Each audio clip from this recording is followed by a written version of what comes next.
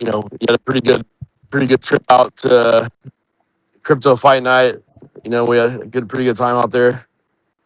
Yes, With against sir. Alpha New Metrics was quite the fight. You know, you had a guy that is kind of like at least trying to be like the alpha male of the alpha males of the whole crypto fight night. You know, he's works out quite a bit. Guy's in pretty good shape, and had a couple KOs in like the first, I think, 30 seconds or 45 seconds of his last couple of fights. But I don't think he fought anybody with too much athleticism or um, so he got someone that wasn't really that well known, which is you, and you went and you did the work. You did a lot of training. You already been in really good shape before that, and yeah, I think he came out and you know let like pretty much the entire Yeah, first round. exactly.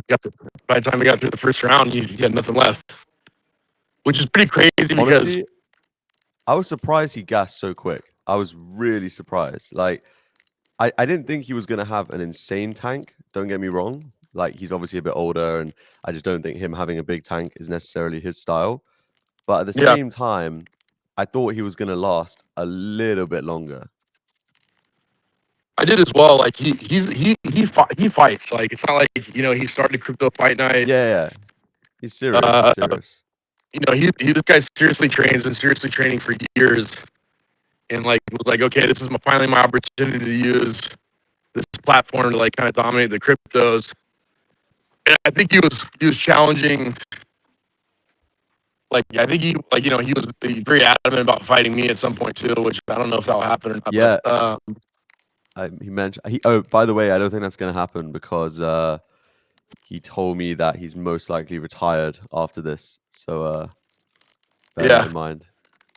His rule. He that's said he had a rule with his wife, which was that he would do it until he lost, and then yeah, he lost. that's crazy. But By what the really way, impressed me your about you, just quickly, your audios are a little bit choppy. I don't know if for Dom it sounds the same, but for me it's like I can understand you, but it's like a little bit uh like it's like bubbling through water or something. yeah, I feel like I still have like that issue with my phone. I just took up my kids, so that might help a little bit. But yeah, like we'll see if he wants to fight again. I was kind of open to fighting him a bit. You kind of hear it's like when you haven't lost a fight yet, everyone in the mom wants to fight you. It says you're nothing. So it's funny to listen to. But I I do was most think impressed. I do think it'd be a very funny fight between you and him. Yeah, it'd be a funny fight. But if I take an approach that's more like yours and kind of chill, the kind of the advice I gave you on the fight, like I think you'll gas. Um, but we'll see. Like I think I just do the very bare minimum to win my fights, and that's like something I do. But I don't like people's idea of me not having looking like I'm tired is sometimes it's a psyop for me. Like I'm just kind of chilling until I get challenged sometimes. So we'll see. But after that first round, you had him. Were you ever hurt at all? Like I know he put you in the corner a couple of times, and was trying to shove you around and shit. But like, He he didn't actually really land any too many like clean hard shots to like my head or anything, or he didn't throw a single punch I think to my body the whole fight, and if he did it was like I never felt it, you know what I mean? I think it was like one small jab to the body he did at like one point, maybe lightly. yeah, But what he did do was like in the first round was one, he like very much bulldozed the fuck out of me, like just virtually just like ran into me, you know what I mean? Like he even slipped at one point because of how much he was just like running into me. um and even though I did a pretty good job of having my guard up when he was like really unloading and swinging, Mhm. like even with my guard up I did feel it. Like you could feel, I could feel myself getting a little bit rocked, a bit unbalanced, Yeah, but luckily it wasn't too much, so I was able to kind of just keep moving, evade, create a bit of space. I was an idiot and like turned my back and shit, but like I guess I only did that because I was like literally on the other side of the ring, so like I wasn't really I mean, stressed you kind about of him. had to. You kind of had to turn around a Yeah, couple times because he's so aggressive. And like that's another thing I'm so shocked about. Is like it's like why would you do that? Like it was insane. He had literally nothing left. And I did also. I was speaking with him obviously after the fight and exchanging some messages, and I hung out with him, partied with him a bit afterwards, and he. I think he was even unsure like which punch it was I hit him with first. That kind of like rattled him. I think in the end, I think he said I probably perforated one of his eardrums at least, with like a strong hit basically to one side, and then after that he was pretty unbalanced, and it was a bit easier for me to kind of like go in for the kill because like to be honest, although I've been training combat sports for a long time, I don't do it because I have some rage to take out or anything. I do it more for like the love of the game, the challenge, etc. So when I go in the yeah, ring, do you like the not training? Like kind of the same for me. Like I don't really enjoy the fight that much. I like the training and the everything to get it up to the discipline. But like yeah, before the fight, I I don't don't like have that I hate. bloodthirst. Yeah, I hate. I I don't have like. I'm that not. Yeah. bloodthirst or wanting to Yeah. kill someone in the ring.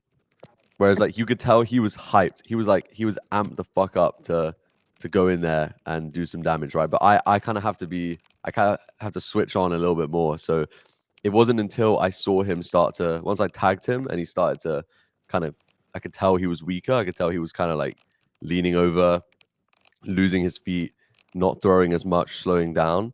That's when I got the confidence to actually be more aggressive because I thought given we were supposed to do 4 2-minute rounds, I thought I was going to have more time in the first round to kind of Mhm. dissect, see how he moves, and then kind of like plan a little bit more. But he didn't give me any fucking breathing room. He was just like just fucking drown me straight away. It was So I nuts, was like, but all right, like, dude, whatever. you're like a circus clown. You just like let him do what he had to do and get out of the way. You know what I mean? Yeah, So exactly. he threw those. One of the commentators afterwards was You, like, he said he thought I was like bluffing in the first round or something. yeah, but I think the other thing he did really well is he threw some combos where you would really make him do some work to avoid some punches, and then you would follow up with like your third or fourth punch to the body, which had power. And I thought most amateur fighters, when they get in their first fight, you're going to throw like a 1-2 or a 1-1-2, and they're not going to do much more than that. But you seem to really embrace like throwing a 3-4 punch combo and really finishing with power, and that really put him in a weird spot that he wasn't used to. I mean, he's really never been challenged, with a fighter yet. So I was he kind of came to a annoyed fight. though because there was a couple shots I wanted to like big shots, big old swings I wanted to hit him with, but Mhm. he was like moving and falling so much that I was like basically chasing him with these huge punches, and so it was pretty hard to land some of them. Like you saw me do some like big swings that missed him by like an inch. You know what I mean? And it wasn't because he dodged them; it's because he just was moving and I missed. Right? So if I Mhm. had tagged him with some of those, I think like I already obviously like pretty much knocked him the fuck out, but like it could have been. I think it honestly could have been even nastier. That's why I was so ready to go like for a third round, but he unfortunately, uh, tapped out or whatever. But it would have been very. I think it would have been fun to go another round and stuff, but it probably would have just like damaged him unnecessarily. So maybe Yeah, not I mean, necessary. he gave up. Dude. He made this guy quit, which is the craziest part. Like It's this guy's crazy. got a big ego, and was I think he had really had some. Uh, I think he thought he was going to be the undisputed champion at this crypto fight league. You know what I mean? Hmm. So that was really interesting. So, what do you think now? Do you want to fight again, or would you be up to fight someone like Bitlord if that ever came up? Or I mean, I think Bitlord is quite a bit larger than me. He's like quite a bit taller. I think that would be a pretty not that I couldn't win that fight, but it just would be definitely be a tough fight. To be honest, I don't think I'm gonna do this again, like for a while, or until like unless I like hit a crazy lick, like trade on chain or something like that, because it's so much effort and time and energy, and I'm not the kind of person who takes on a fight like this and doesn't give it their all and train twice a day and spend time watching other boxers and learning and speaking about boxing, talking about boxing. And at the end of the day, I don't make any money for doing it. It's literally as pure as a hobby as it gets. There is the nice bonus of it being crypto, and so you get a bit of recognition and awareness within crypto. So that is nice. That's the only reason I did it in the first place. But from an everything else standpoint, like I lost money doing this fight because Yeah, the of course. time I spent training, the lack of time I had to work, like the stress of it. It was actually not easy, and like part of that is because of how serious I took it. Maybe I didn't need to take it that seriously, and I could have still gone in there and won, being as less prepared of a fighter as I was. But like, I'm not going to take that risk of that happening and then go in there and potentially lose. Like, if I do it, like I'm only going to do it because I am 100% sure I can win. So, for that reason, I just kind of want to focus on work, to be honest. Like, if anything, over the past few years, I probably already spend relatively compared to my goals too much time training. So Yeah, let alone doing it competitively. But I'm extremely glad that I did it, obviously because I won. If I hadn't won, I would be like probably would have killed myself. mhm. But it's definitely fucking lot goes into it, and it's like very stressful. At least I find it fucking stressful. That's insane. Like, but that's how crazy, at least for me, is like I do boxing because it keeps me disciplined and schedule. And I run a law firm where I have like 700 clients. I do crypto, I do real estate investments, I do, like insane amount of shit. And I still train twice a day, do this recovery stuff, and like keeps me sane. But like I just have a weird motor. I can live 4 different lives. Uh, whereas most people But do you can not only be a find fighter. there's a mental shift that happens between when Mhm. you're training twice a day, between when you have to do it and you choose to do it? For example, as well with diet, for example, like when I had to cut weight, I found it very difficult because I had to do it. Like, it's easier to stay motivated, but at the same time you feel restricted. Whereas now, post fight, I can obviously eat whatever I want, but I actually am like more so choosing to Yeah. eat less and stuff because I realized I actually feel way better when I just like eating lighter, and you know it all kind of scales with like how hard I'm training and stuff, obviously. But yeah, I don't know. I think that shift is like quite big. I'm sure you feel it between when you're like in camp and when you're out of camp. You probably feel the pressure is different, right? It's always different. You gotta keep your shit together, and like if you have that goal of you have to be at this fight at this weight at this time, then you have some purpose. And I think that's what's hard with discipline is like you have to if you're just working out to like lose weight or to look good, like I'm not that vain, but if I have something A in quick front of me, like a quick note for your audio, just to make it better. Apparently, I think if you swipe down as if you're like changing your brightness, you might be able to change your mic mode and try change it to standard. Is what your yeah, tech guy say that said. again. There should be a mic mode somewhere, maybe Okay, in your settings,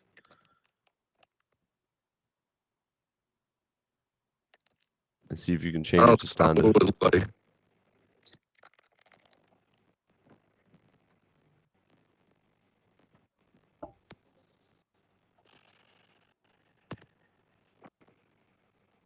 Yeah, I don't know. I don't see anything. Okay, it's fine. I've been having that issue with my phone. Um, Like I just got the new fucking iPhone too, and the shit doesn't work. But I'm swiping.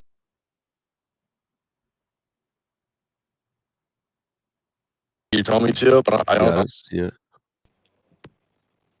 Yeah, I don't know. I don't see it. I'm just checking myself. I don't see it either. Maybe What events did you on go what to if for you're on the? your phone, maybe just like Yeah. I'll keep talking. What honestly, I'm not gonna lie. Another reason why I don't know if I want to do one of these fights again is because the Mhm. amount of fucking energy and time went into like the weigh-in, the fucking all the shit beforehand, the fact that like mentally and physically you don't even want to really be doing too much before the fight because you're worried that that energy is or focus is gonna like affect your outcome. So like I didn't really even get to like go full ham on the crypto shit at Token, but I did make time and go to some fucking hyperliquid builder events and community events and stuff like that, and like a couple other little just like niche events I had some friends throwing and stuff like that. Um, Good to see everyone, but I definitely feel like the vibe in Singapore this year was a bit lower, and like it's kind of bizarre that we pumped into Singapore. It's the weekend after Bitcoin literally just hit a new all-time high, and yet everything feels super quiet, super silent, like super bizarre. But I'm assuming you and your large Bitcoin stack are probably feeling pretty good about the current move, right? Yeah, like I sold all my hype. So I'm in Koh Samui right now. Everyone they can see, beautiful place. I'm looking Amazing, at buying a villa. beautiful. I'm looking at buying a villa. So I actually sold hype. It was going down. And I'm never gonna stake anything again. Every fucking cycle, I stake some stupid shit, and then there's an unstaking period, and then I unstake, and then the price goes down fucking like 30%. I don't know. I'm just retarded, I guess. But I sold hype, sold at a good number. I think I made about $1 million on my trade over a year, which was good. And yeah, I purchased Bitcoin immediately right after, and Bitcoin skyrocketed. So we're still on that. What's the price of Bitcoin right now? It's around 120, I think 3, 4, 5, something like that. I've been checking on Okay. 120, 123.9 right Yeah. now. Mhm. It's looking good.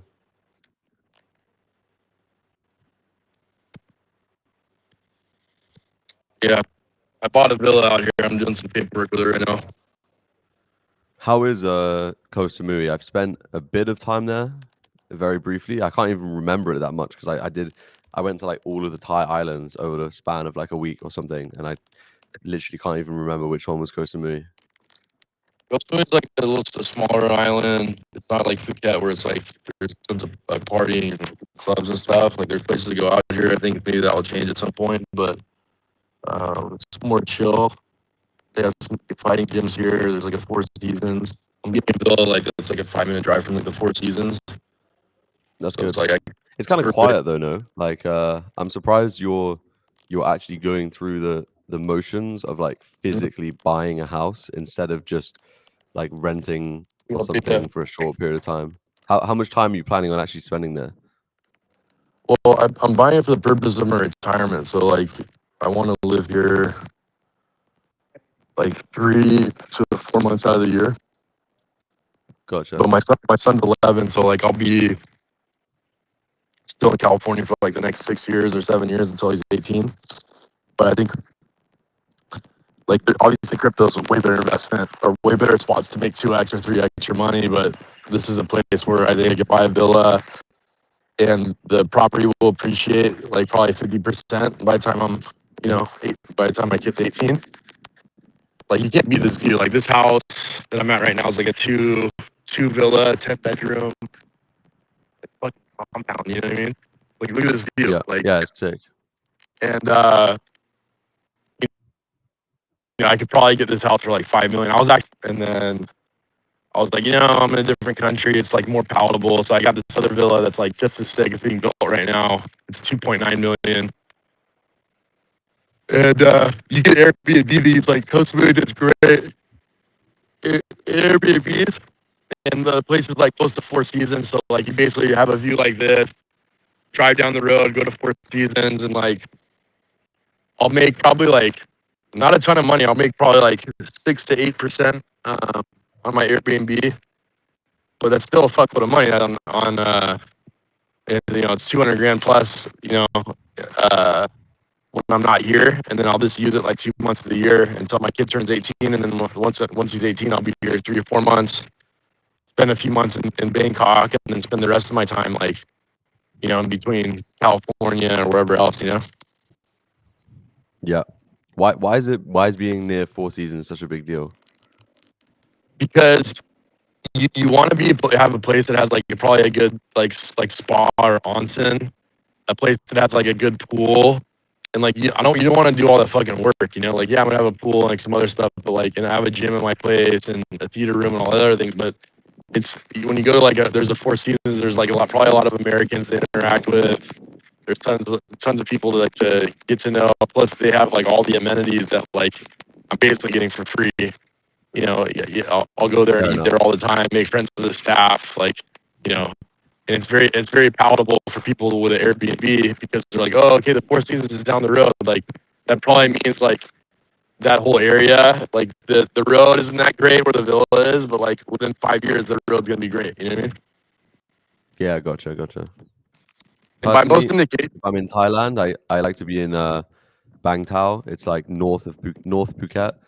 yeah, That's where the Bang Tao MMA gym is and stuff like that. I have mixed feelings about that gym because of the fact that it's so commercialized now that like you're very much just treated like a number when you go in there unless you're a really high level fighter. But yeah, and the general area around it is not insane, but like there is an area up in the Laguna that's super nice. It's basically been like completely uh gentrified by Russians. So it's quite nice. It's very yeah. I quiet. guess like 80% of Very the villas isolated. here are owned by foreigners, and like the laws are kind of crazy about ownership here. So that's like the only risk about owning stuff out here. Like you can form a corporation, kind of like how I did in Bali, where you can buy a villa.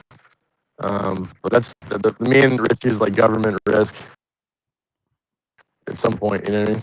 Bro, I'm pretty sure I If fractured my hand from that fight, by the way. I don't know if you had the same thing, but those gloves are so bad. Like I was fighting yeah, like, like this. Like you couldn't even make a proper fist because like they were too tight yeah. and they were like brand new. Now my hand is like freaking swollen. I don't think that's what people get about boxing too. It's like it takes like years to get used to taking body shots. It takes years to like when you throw a punch, you act like somebody does elbow because you block the punch. Like if you've been boxing for like 6 months, it's gonna hurt like incredibly bad. Boxing don't feel anymore. And when you get in a real fight, like some like every guy I fought, like Yo, like your two of the audio guys I is fought, your audio is mega fucked. I think you need to go inside or something. It's like the wind or it's like struggling. like my phone got so fucked yesterday. I'm trying to hold it and see if it goes away, but this might be helping a little bit. But It's a bit better now, yeah. yeah, what the deal is this thing? But If you have any yeah, I AirPods, mean, whack them on. no, I don't have any of that stuff. I'm an old man. I'm a boomer. I have a question. I actually have a question. Why why do you bother doing this podcast? You're already rich. You don't need to do this. You got nothing to prove. I do it. I do it for fun. I just like want to get to know people. Like I want people to be helped in the crypto space that like don't have any friends or a community. I think like crypto could be a very lonely place. It's not nearly as lonely as it used to be, but when I was like getting into crypto, like 2016, 17, like you'd have these like kind of degenerate retards on Twitter that you related to, but like none of your friends or family or anyone knew anything about crypto and like didn't accept you. So it's like now I have I such a get great that. access to like a community of crypto people that it's a great place that we can have a conversation and see my friends and connect like once a week, and then also just like it probably help other people or other crypto kids that are like trying to make friends or community and base. You know what I mean? In my opinion, like crypto is like one of the most fucking like social ass spaces. Like obviously maybe more so once you climb up the ladder and you actually know people. In the beginning, if you don't know anyone and you're just like trading on your own, for sure it's like pretty lonely. But once you kind of Mhm. know everyone, then man, I think about some of my friends back home and they're like they they don't they only speak to the people that their friends, in IRL, and then maybe a Yeah, couple people at work. But like I literally speak to like 50 people every day, and I have the honor of like most of the guys I speak with are like young, my age, dudes with the same ambition, same goals, same interests. So like we all just get to literally kick it while like building together and making money. It's fucking awesome. And then we get to we're all rich enough that we can go and like, get the privilege to go to all these events every like 2 months. So we all go fucking party in a new city together every 2 months, and we meet like an entirely new circle of people, like, you know, have fun, exchange ideas, you know, flex a little. Everyone's having a good time. It's good fun. Yeah, I and honestly that's what enjoy it. we It can be that's what we toxic, did but like too. only if you let it affect you. You know, I don't know. Yeah, and then you just gotta manage your ego a little bit with the money because like the money comes and goes so quickly, and that's why it's good to be doing the crypto fight nights and listening to some of these podcasts because you'll get advice from people like that have done it. They've round trip 30 million or more or less, and you need that advice from people so you can humble yourself. Because some of these kids, they'll make so much money they think they're entitled, or they think they did something significant with their life, like where they click some fucking buttons and a bunch of degenerate scumbags like you lost the PvP game because they don't know how to play video games as good as you do. Yeah, So literally. it's a weird world that we're in, and part of the reason I do the podcast too is like I can bring people on that I trust and respect, and if I don't trust and respect them or think they're something, I usually will tell them, or I'll let the audience know beforehand. But um, we had a group of like I think our WeTard group chat was like 34 people to begin with, and now it's like down to 13. So in Yeah, crypto, there's a lot of grifters. There's a lot of people that don't have your best interests at heart, and but there's some really some of my best friends are in the crypto space. So if I was gonna have my wedding, next year, everyone on my best man list would be you know from the crypto space. So yeah, for sure. very I very mean, bro, blessed. And I've been doing some interviews as well. I've done one every day for the past since I got back from Singapore. I had Ultra that's great. on from Kaoshi. He's a cool dev guy. I had Mia Hedge, who's building like a startup incubator launchpad token standard. He's a bit of like an OG as well. I just Yeah, had was it Ultra Digital Capital XBT? on this morning. It's not Ultra XBT, but 0x Ultra. He basically did some cool, like he's a dev who did some cool on-chain experiments and stuff that did pretty well. And now he's working at Kaoshi, which is like one of the biggest prediction markets. So he's a Chad. I heard Ultra XBT was like a pretty big dude. Like he wanted to fight crypto fight night, but they asked him to fight me, and he said no. So like that's the thing. It's Nah, like I think that's uh, someone else. uh, You I don't know. what was the thing about Uh, NFT Kid? what would you think about a fight between me and what do you think what happened there? I think you versus Bitlord would be a more like interesting fair fight. I feel like I'm probably be more in your corner because I mean, one, I just don't really know Bitlord like that, and I think he has a pretty Mhm, bad rep, to be honest. Not, I'd be happy to speak mhm, to him, but he has a bit of a dodgy rep. And mhm, I think you would stand your ground. I think he would probably try to be aggressive. I think that you would probably do a pretty good job of defending and having like a good chin and stuff. And I think that at the end mhm, of the day, you'd probably like similar to the fight you just had. I think you probably end up like socking him with like something hard after. I mean, he probably comes at you a bit like Alphanumetrics did to me, and then you just mhm. kind of got to stick your ground. And I think you probably like outbox him in the pocket. You hit him with something strong, most likely. Yeah, it's one thing I'm lucky with. Like I have power, like it's just natural power. So it's like usually people think they're gonna have a certain fight against me, and my cardio's not good. But once they get hit by me a couple of times, I kind of control the pace. Um, it's not their fight; it's my fight. But not to say that doesn't happen. If I spar with a UFC fighter or a high level guy, then it might be a rough outing for me. Yeah. I mean, I saw your tweet about NFT Kid. I mean, I just feel like that's a bit of a weird fight. Like, I agree with you. Like, unless you're getting like some big paycheck, like it just seems like an unreasonable fight to take. It's like they asked me to fight NFT Kid on like two Mhm. weeks' notice, and like 5 kilos or 10 kilos underweight or something like that. And I was like, "Are Yeah, you crazy? I get first fight against a dude ex like UFC or MMA or whatever the hell he did with like 30 fights. Like I don't know, seems like a bit of a bad line matchup." with like NFT kids, like he's the best crypto fighter, I think, like for sure. Like he's a Bellator fighter, he's a pro fighter, and he's a crypto guy. Like he meets all the requirements of like the crypto influencer, and he happens to be a pro fighter. So yeah, he's to me he's the best crypto fighter, He's like the for real sure. deal. And I'm keen to fight him. I make a couple $1,000,000 a year running a law firm. If I took that challenge, I would take it seriously. So I'd live in the gym. That means I'm definitely losing like at least $500,000 or more doing my law firm, like spending time with my kid. You know, I mean, Yeah, but like like, what have you everything's got to against me. prove? I'm 43. He's like in his late 30s. Like I'm not a professional fighter. He is. I'm not making excuses. Like you want to fight, fuck it. But I'm not gonna. It's got to be worth it. It's got to be like another environment with a WBC ref and under those lights. That's like the main thing for me, and I gotta get paid. Yep. Yep.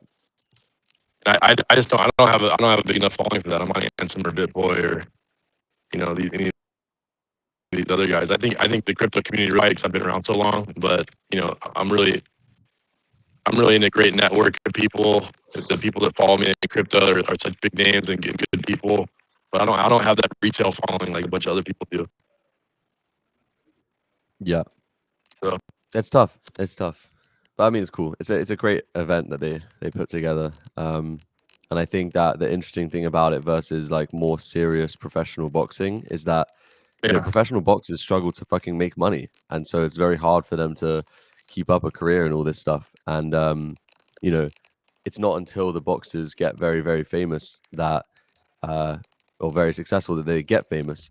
Whereas like there's plenty of well-known guys in crypto with good audiences, and they're financially able to afford to do these fights and stuff like that. So, um, yeah, it's something people want to see more. It's also something people probably want to gamble on a bit heavier. And it's not trying to be anything it's not. It's like pretty casual. It's chill. It's whatever you want to make of it. yeah. That's probably like my next purpose in life is like I'm interested in getting a piece of Soma Fight Club. I've talked to Mike about it, and then kind of building that brand a little bit more like worldwide, and then maybe spending some time with fighters and managing fighters. I've been asked by a lot of fighters I spoke to I spoke to your Congolese nightmare in at Soma. yeah. What happened to Conk? He well, because I speak French as well, so and he's from Congo. He's French, Okay, so I had a little chat with him. Bro, that guy's a monster, bro. I remember getting in the ice bath and he was in there as well. And I said, how long you usually spend in here? He said 30, 40 minutes every day. I was like, and I thought I spent a long time in there when I do like 5, 10 minutes. I was like, yeah, geez. I was like, bro, pretty sure if I do 30, 40 minutes, my nuts fall off, bro. I think I get frostbite. I don't know. That's yeah. It's not even insane. healthy, bro. I don't even know why he even does that. He does like 1,000 push-ups a day. I actually I bet $72,000 on the fight that he lost. I got my ass kicked. I spent like a week and a half calling every bookie on God's green earth to give me action. Yep. I have a question. You run your own sports book to some extent, right? Um, how does that work? How do you set that up? How do you like?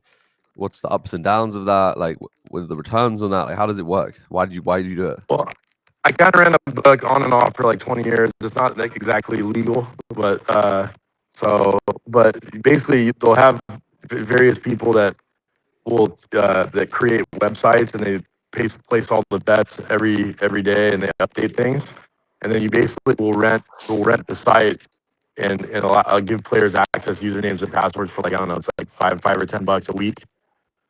And then once you get a player, you just deal with them directly regarding payment, and otherwise, if they win or lose, and it's a trust-based system, so you're gonna get a lot of people that don't pay. You know, the way to fix that is you just do crypto or get deposits up front for people, but no one ever wants to do that. So, betting is usually running a sports book is usually like an ATM machine. Everyone ends up losing somehow because they're paying 10% big or more for bet. That being Yep. said, I've been stuck. I've been stiff for 7 figures more than a few times by people, and there's really no recourse. So that's the thing is like you always need to be paying. You always need to be doing the right thing, and then the people on the other side are they good credit? you know, and Yeah. a lot of times you're dealing with not the greatest people in the world, so they're not great credit. Yeah, it's pretty crazy. A friend of mine, But a friend of mine said he bet like 10K on me or something with like 2.5 odds. So I think he did yeah, pretty well. But when people told me they were betting on me, man, it kind of like freaks me out a little bit. You know, it's like more pressure. You know, like I would feel terrible if I lost and people bet on me. You know. that was what's crazy to me is like I bet a decent amount of money on myself this time, but and like I felt like pretty terrible about doing it. Like even though I thought I was gonna win, like it's weird. Like I don't have any issue betting $72,000 on King Kong or some random guy to fucking whatever. But if betting 72 grand myself, I would have been more nervous about it, which is retarded. But Rookie made a lot of money. Rookie had a KO in my fight, and KO in Bitlord's fight. And I don't know if you saw that video, but like the third round, Rookie's like, "Hey, we need a KO," and I was like, "All right, whatever." And I fucking knocked the guy out right after. It was so funny. That's hilarious. You should have had him in your corner just to remind you. You know. I looked for him as soon as I knocked him out. I looked for Rookie, but he was like hiding somewhere. I don't know. I think he went to the bathroom to piss or something. Yep. Bro, it's crazy seeing to have like all my friends there and shit and seeing them. Yeah, It's yeah. I think fucking Chris was hilarious. going crazy when you won, and your brother was definitely going nuts. So that was cool to see. Yeah. I mean, I can honestly, I couldn't really see everyone right because there's too much shit going on, but I could hear them just about. But I'm So sorry you're about the seeing on all audio, your dude. We're Bitcoin. gonna try to go ahead. That's We'll fine, don't worry. probably try to run this again. Um, yeah, Bitcoin, and I don't know where it's gonna go. I'm trying not to sell any Bitcoin. Like last cycle, I had about 90 Bitcoin, close to 100. This cycle, I'm like approaching like 170 plus, a little bit. But I think the goal is really just to Yeah, continue. I get the Yeah, whole BTC maxi accumulate never sell sort of thing, but like yeah, the thing is, like Bitcoin is 100% gonna go below 100K in the next like year, most likely. You know what I yeah, mean? right, Like within the yeah, next year or two, it's gonna go somewhere between 60 and 100K. I don't know where. So let's just I assume somewhere in that range, and it's gonna sit there for a bit, and sentiment's gonna be terrible and whatever. So if you're sitting on like hmm 100 Bitcoin, I feel like bruh, like 123K, you know, I get the risk reward of like hmm another little leg up and waiting for that. I think that's very fair. I would do the same thing. But if we get like 130, 140, like that kind of range, I feel like it's super reasonable to be de-risking and like taking profits effectively and literally just buying back like half your stack for like 50% cheaper in you know, or 40% cheaper or whatever. Like there will be pullbacks yeah. for I mean, sure. Like you're gonna get buyers. I love buying a property at all-time highs. That's like obviously a good feeling. Oh, that must be the best feeling, Um, bro. and and I agree with everything you're saying. Like the coin's gonna go down at some point, and then it's whatever. There's I think some people would be de-risking Bitcoin. Like I'm getting into robotics, and I recommend other people do too, because I think that's gonna be insane. But Bitcoin should have lasting power still. I'm a little concerned about Peter Thiel's comments recently about he thinks it's going to top at some point. I think he's mainly saying that because he used to believe in Bitcoin as like a cypherpunk, like decentralized world. And I think that because of BlackRock's ownerships and some of the other people's ownership, they're kind of co-opting it into like a governmental He's thing trying to get now. everyone to rotate into Palantir. That's what he's trying to do, bro. He's trying to sign up everyone to get out of Bitcoin and get into Palantir. I don't think. He's I think actually a Peter genius. Thiel's more. I think he's more of a Elon Musk type. You know, could he be an antichrist maybe? But I think he's more interested in like what the world's gonna look like than how much money's in his pocket. Like, but it's hard to tell. You know what I mean? Yeah. But I'm gonna be in LA in November. Hopefully you'll be there too. We'll catch up. And congrats again on your fight, dude. Well, I'm gonna get this podcast thing put together at some point. But it's been the last couple of weeks of traveling and everything else. I've been in Vancouver too. We've had some good pods in Vancouver, but still, I'm having these audio issues and stuff. But we'll figure it out. How's your brother doing? He's chilling, bro. He's trenching. He's trenching good. He's with me as well. I think he's currently asleep, but he'll be up in a bit. He's doing good. He's hustling. That's He's actually good. he did since we hung out with you in Bali, he bossed up. He bossed up real good. Yeah. I mean, I try to give you guys the best advice I can, you know. Yeah, But I I'm not appreciate gonna hang it. out with you again until you buy a Rolex. Yeah. Don't worry. I was actually gonna maybe get one here in Taiwan or when I come to LA. Yeah, you can get the 40mm Submariner, like the older one, like 2021. It's like 9K. Just get it over with. I low key I want a skeleton Cartier Santos, a black skeleton Cartier Santos. They're like 30K Uh, something. yeah. I don't think that's a good watch for you, but I understand why you like it. Fine. I just think it's like a Bruce Wayne watch. It's badass. It is like you can wear it on a night out, but you should be wearing the sub, especially with your schedule. But All right, I'll think about it. I'll get it done. we'll go watch shopping. We'll go watch shopping. I'll think about some other watches for you.